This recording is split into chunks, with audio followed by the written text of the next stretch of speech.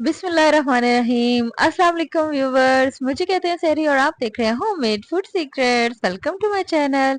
अल्लाह पाक आप सबको अपने हिस्से अमान में रखें, आमीन। तो मेरे प्यारे दोस्तों, आज मैं आपके लिए लाई हूँ शादियों में बनने वाले मतंजन की रेसिपी। बहुत आसान रेसिपी है।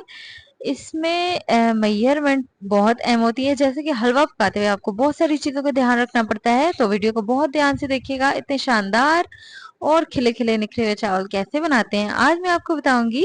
तो रेसिपी शुरू करते हैं। बिस्मिल्लाहिर्रहमानिर्रहीम। ढेर सारा पानी मुझे चाहिए इन चावलों को बॉईल करने के लिए। मैं आपको बताऊंगी कि इतना सारा पानी मैंने क्यों लिया।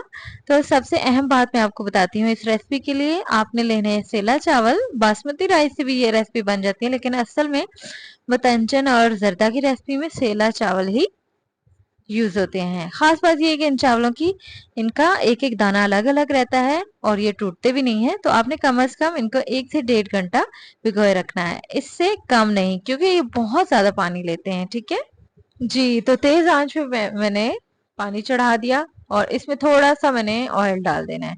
उसके बाद इसमें ऐड करूंगी सिरका। सिरका ऐड करने से चावल आपस में जुड़ते नहीं है, ये सबसे अहम बात है। और चावल बॉईल करते हुए हल्की सी कसर इनमें छोड़नी है, बिल्कुल ही हल्की सी कसर, क्योंकि वो दम में हमने पूरी कर लेनी होती है। ठीक है जी। तो चलते हैं मेन रेसिपी की तरफ। अब ये कि इसमें असल मजा तो इस रेसिपी का घी से ही आएगा। तो घी मैंने लिया है तकरीबन 2 कप, क्योंकि 1.5 किलो चावल का मतंजन मैं बना रही हूँ आज। तो लो टू मीडियम फ्लेम पे घी को मैंने मेल्ट कर लेना है और इसमें ऐड करने हैं मैंने 3 बादियान के फूल। और इसके बाद इसमें ऐड करूंगी तकरीबन 12 से 15 लौंग। 12 से 15 लौंग इसलिए कि 1.5 किलो चावल है और लौंग के बगैर याद रहे कोई भी चावल की रेसिपी अधूरी होती है। इसके बाद इसमें सब्ज इलायची, 8 से 10 सब्ज इलायची इसमें मैंने ऐड कर दी हैं। और फिर हम इसको थोड़ा सा हल्का सा फ्राई करेंगे लो टू मीडियम फ्लेम पे। फ्राई करने के बाद इसमें ऐड करूंगी चीनी। चीनी तकरीबन इसमें 5 कप मैंने ऐड कर देने हैं। और चीनी ऐड करने के बाद इसको मिक्स करेंगे थोड़ा सा। और फिर इसमें ऐड होगा थोड़ा सा पानी।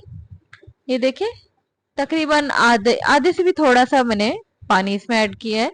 ज्यादा पानी इसमें ऐड नहीं करेंगे, वरना चावल हमारे गीले गीले रह जाएंगे।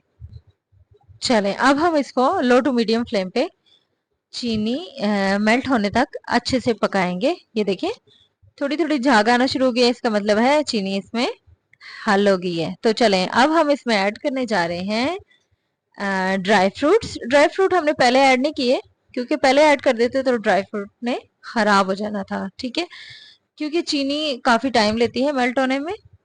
और ड्राई फ्रूट ऐड करने के बाद इसको थोड़ा सा मिक्स करेंगे और फिर हम इसमें ऐड कर देंगे बॉईल किए हुए चावल। तो याद रहे कि चावल जो हमने बॉईल किए हैं उसमें मैंने थोड़ी सी कसर छोड़ी हुई है। ठीक है, तो जो कि दम लगाने पे निकल जाएगी। तो चलें जी, अब बिस्मिल्लाहिर्रहमानिर्रहीम चावल ऐड करते हैं।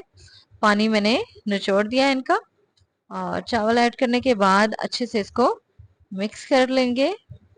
तो अब आपने बहुत ही ध्यान से देखना है कि चावल मैं कैसे मिक्स कर रही हूँ इसमें। तो ये देखिए नीचे से ऊपर आपने चम्मच को लाना है। ठीक है, तो चम्मच को आपने गोल गोल नहीं घुमाना, नीचे से ऊपर लाएंगे ना तो ये अच्छे से मिक्स होंगे और चावल टूटेंगे भी नहीं। ठीक है, तो सारी चीजें इसमें अच्छे से मिक्स हो जाएंगी इस तरह से। तो चले मेन बात कि अब हम इसमें ऐड करेंगे जबरदस्त से कलर्स। तो कलर्स ऐड करते हुए बहुत ही ध्यान से कलर देखिए, बिल्कुल थोड़ा सा आपने लेना है, तकरीबन हाफ टी स्पून और 1 टीस्पून पानी। और अगर इसमें पानी ज्यादा हो गया तो व्हाइट राइस तो आपको मिलेंगे ही नहीं, तो ऐसे बिल्कुल नहीं करना।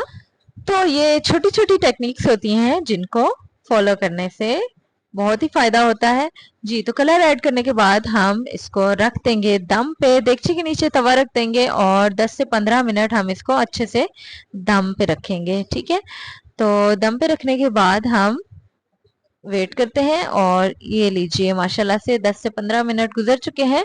चेक करते हैं। ये देखिए माशाल्लाह बहुत ही खूबसूरत सी जबरदस्त सी मीठी सी खुशबू आ रही है। तो इसको मिक्स करते हैं और माशाल्लाह से बहुत ही खूबसूरत शानदार जबरदस्त सा मतंजन बिल्कुल रेडी है। जी, तो अपने घर में ये रेसिपीज़ मेरी ज़रूर फ़ॉलो करें। चैनल पर आप न्यू हैं तो मुझे सब्सक्राइब, शेयर करना मत भूलिएगा। ये आपका प्यार है मेरे लिए और इससे मुझे पता चलता है कि आप मुझे कितना फ़ॉलो करते हैं और मेरी रेसिपीज़ को कितना पसंद करते हैं, ठीक है? तो मिलते हैं नेक्स्ट बहुत ही ज़बरदस्त सी वीडियो के साथ, रेसिपी के साथ। अपना रखिएगा बहुत सारा ख़्याल, दुआ में याद रखिएगा। अल्लाह हाफ़िज़।